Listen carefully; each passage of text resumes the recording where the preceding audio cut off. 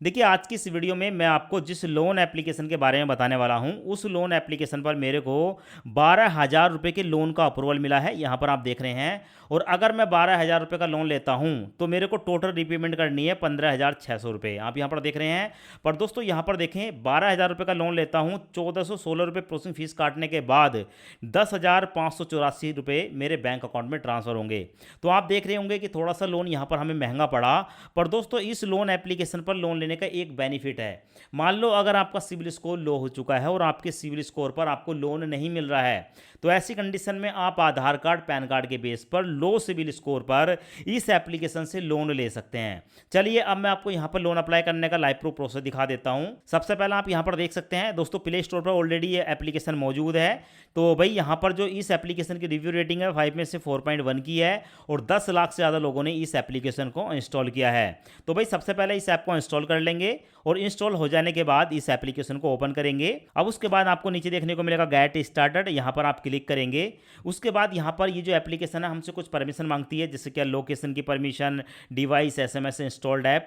तो भाई इन सभी परमिशन को अलाउ करना होता है। नीचे आपको एक चेकबॉक्स देखने को मिलेगा, इस चेकबॉक्स को सिलेक्ट करेंगे। उसके बाद अलाउ पर क्लिक करेंगे। अलाउ पर क्लिक करने के बाद यहाँ पर आपके सामने आता है एंटर मोबाइल नंबर। तो यहाँ पर आप अपना मोबाइल नंबर डालेंगे। मोबाइल नंबर डालने के बाद गेट ओटीपी पर क्लिक करेंगे। अब आपके मोबाइल नंबर पर एक ओटीपी आएगा, ओटीपी यहाँ पर डालेंगे। वेरीफाई पर क्लिक करेंगे और वेरीफाई पर क्लिक करने के बाद आपके सामने आता है गेट कैश। सो यहाँ पर गेट कैश पर क्लिक करेंगे। अब उसके बाद हमारे सामने आता है एंटर योर नेम। तो आपके पैन कार्ड पर जो आपका नाम है, आप अपना नाम यहाँ पर डालेंगे।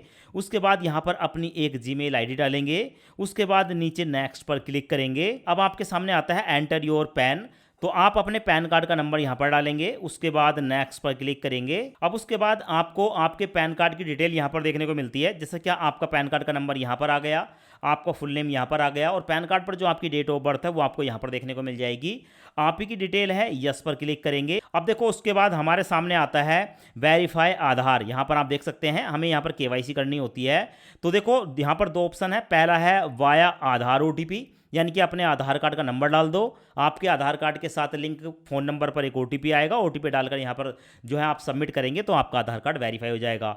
दूसरा है डिजी लॉकर। अगर आपके पास डिजी लॉकर पर आपका अकाउंट है तो आप उससे भी कर सकते हैं। तो यहाँ पर जो रिकमेंडेड है, ठीक है, यहाँ पर आधार ओटीपी वाला, मैं इस पर एक बार क्लिक करूंगा। अपने आधार कार्ड के नंबर यहाँ पर डालेंगे। आधार कार्ड के नंबर डालने के बाद नीचे देखने को मिलेगा नेक्स्ट वाला ऑप्शन, नेक्स्ट पर क्लिक करेंगे। अब आपके आधार कार्ड के साथ लिंक फ़ोन नंबर पर एक ओटीपी आएगा, उस ओटीपी को यहाँ पर डालना होता है। तो ओटीपी मैंने यहाँ पर डाल दिया। उसके बाद मैं नेक्स्ट पर क्लिक करूंगा और जैसे ही मैं नेक्स्ट पर क्लिक करता हूँ हमारा जो आधार कार्ड है वो यहाँ पर वेरीफाई हो जाता है। उसके बाद हमारे सामने आता है सेल्फी वेरिफिकेशन। तो हमें एक सेल्फी देनी होती है। तो सेल्फी के लिए यहाँ पर क्लिक सेल्फी पर क्लिक करेंगे। कैमरा ओपन हो जाता है और कैमरा ओपन होने के बाद यहाँ पर अपनी एक सेल्फी कैप्चर करेंगे और उसके बाद सबमिट पर क्लिक करेंगे। सो उसके बाद हमारे सामने आता है लोन का पर्पस। आप इस लोन को क्यों लेना चाहते हैं, यहाँ पर हमें पर्पस बताना होता है। तो यहाँ पर कई सारे पर्पस हैं, जैसे कि medical emergency, salary delay, personal emergency, education, rent या बिल की पेमेंट करना या अदर। आप किसी एक ऑप्शन को सिलेक्ट करेंगे। उसके बाद आता है एंटर लोन अमाउंट। आपको कितने लोन की जरूरत है, जितने रुपए का आप लोन लेना चाहते हैं, अमाउंट यहाँ पर डालेंगे और उसके बाद नेक्स्ट पर क्लिक करेंगे। अब उसके बाद आपसे आपका जेंडर पूछा जाता है, आप मेल हैं या फीमेल हैं, अपने जेंडर को सिलेक्ट कर लेंगे। जेंडर सिलेक्ट होने के बाद आपके सामने आता है मैरिटेड स्टेटस। आपकी शादी हुई है तो आप मैरिड पर क्लिक करेंगे, शादी नहीं हुई है तो सिंगल पर क्लिक करेंगे।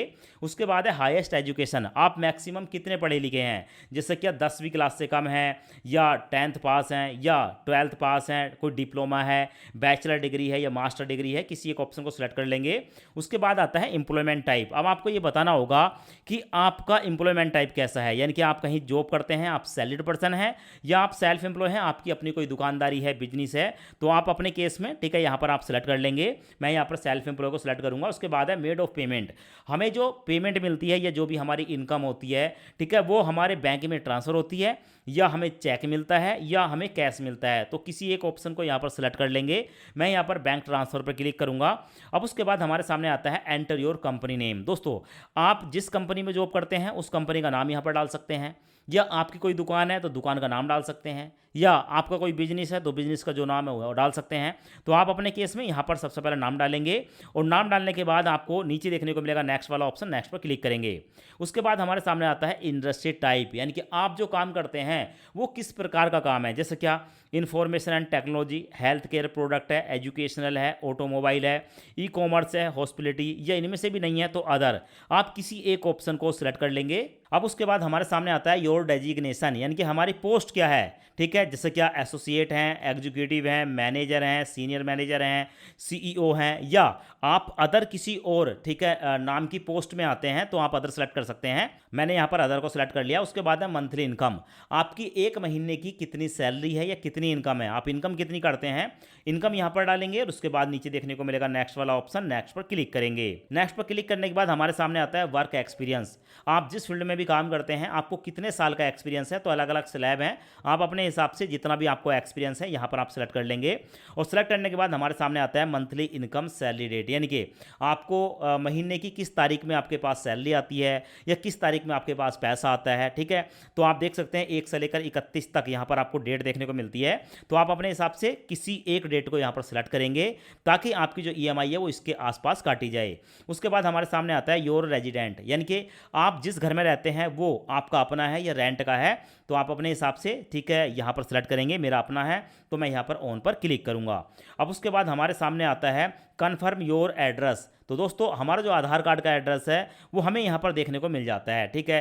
तो यहाँ पर सिटी आ जाएगी, स्टेट आ जाएगा, पिन कोड आ जाएगा, ये सारी डिटेल आ जाती हैं। एक बार अपने एड्रेस को चेक कर लेंगे, हमारा ही एड्रेस है, तो उसके बाद नीचे आपको देखने को मिलेगा नेक्स्ट वाला ऑप्शन, नेक्स्ट पर क्लिक करेंगे। अब उसके बाद हमारे सामने आता है सिलेक्ट योर बैंक। अब आप जिस बैंक में भी, ठीक है, लेन देन करते हैं आपको उस बैंक को सिलेक्ट करना होता है। तो आपको वैसे तो बहुत सारे बैंक देखने को मिल जाते हैं, पर यहाँ पर अगर आपका बैंक देखने को नहीं मिल रहा है तो यहाँ पर आप सर्च पर क्लिक करके अपने बैंक को सिलेक्ट कर सकते हैं। जैसे क्या मेरा जो बैंक है वो यूनियन बैंक ऑफ इंडिया है, तो मैं अपने बैंक को यहाँ पर सर्च करूंगा। सर्च करने के बाद यहाँ पर हमारे सामने बैंक आ गया। अब उसके बाद हमारे सामने आता है कि यहाँ पर हमें, ठीक है, अपने बैंक को वेरीफाई करना होता है, जो भी हम लेन देन कर रहे हैं उसको वेरीफाई करना होता है, इनकी एक तरीके से बैंक स्टेटमेंट देनी होती है, जिसके लिए हमारे सामने 3 ऑप्शन है। एक तो है फैच यूजिंग फ़ोन नंबर, अपने फ़ोन नंबर से आप, ठीक है, यहाँ पर वेरीफाई कर सकते हैं। दूसरा नेट बैंकिंग, और तीसरा जो है अपलोड डॉक्यूमेंट मैनुअली।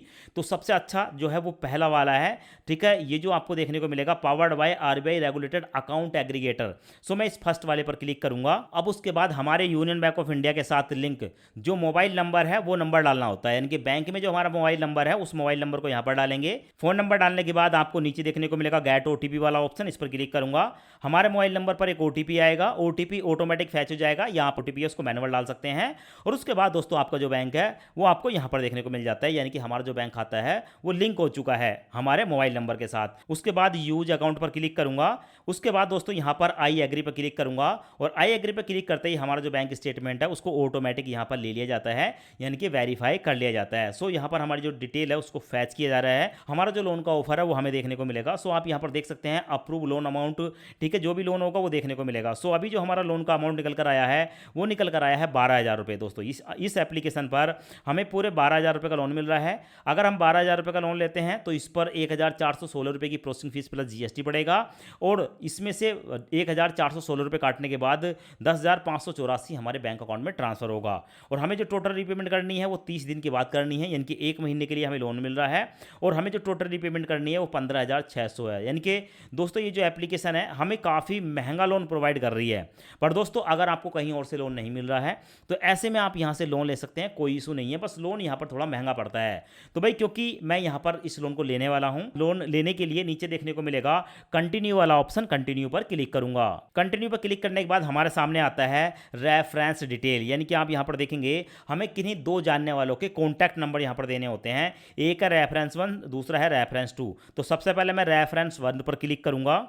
उसके बाद हमारे सामने आ चुका है कि यहाँ पर आप जिसका नाम नंबर दे रहे हैं, फ़ोन नंबर, उसका यहाँ पर नाम बताएं, आपके साथ क्या रिलेशन है उसको सिलेक्ट कर लें, और उसके बाद उसका फ़ोन नंबर बताएं। पहले की डिटेल डालने के बाद दूसरे वाले पर क्लिक करूंगा, और दूसरे वाले पे भी दोस्तों उसका जो है यहाँ पर नाम डाल देंगे, उसके साथ क्या रिलेशन है सिलेक्ट कर लेंगे, और उसका फ़ोन नंबर डालेंगे। इन दोनों फील्ड को भरने के बाद नेक्स्ट पर क्लिक करूंगा। नेक्स्ट पर क्लिक करने के बाद हमारे सामने आ चुका है एंटर योर बैंक डिटेल।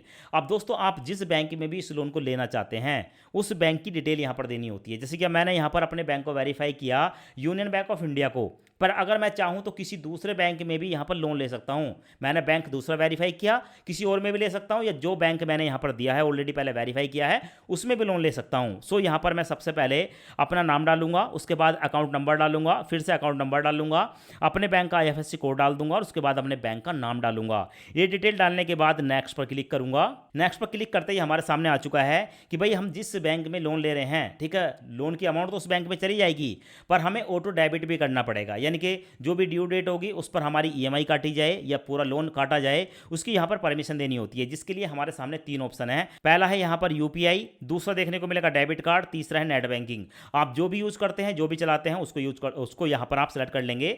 तो भाई सबसे आसान जो है वो आज की तारीख में UPI है, क्योंकि UPI एप्लीकेशन गूगल पे, फ़ोनपे, पेटीएम हर कोई चलाता है, तो मैं UPI को सिलेक्ट करूंगा और उसके बाद सेटअप ऑटो पे पर क्लिक करूंगा। अब उसके बाद हमारे सामने आता है कि आप गूगल पे, फ़ोनपे, पेटीएम जो भी चलाते हैं वो एप्लीकेशन आपको यहाँ पर देखने को मिल जाती है। जैसे कि आप यहाँ पर देख सकते हैं, मेरे केस में यहाँ पर मेरे मोबाइल के अंदर 2 एप्लीकेशन है, तो यहाँ पर मैं फ़ोनपे को सिलेक्ट कर लूंगा। उसके बाद दोस्तों हमारी जो फ़ोनपे एप्लीकेशन है उसके अंदर हमारे बैंक देखने को मिल जाते हैं, तो यहाँ पर फिर से, ठीक है, जिस बैंक से मैं यहाँ पर जो है ऑटो डेबिट करने वाला हूँ उस बैंक को सिलेक्ट करूंगा। मैंने यहाँ पर यूनियन बैंक ऑफ इंडिया को सिलेक्ट कर लिया। अब उसके बाद नीचे सेटअप ऑटो पे पर क्लिक करूंगा।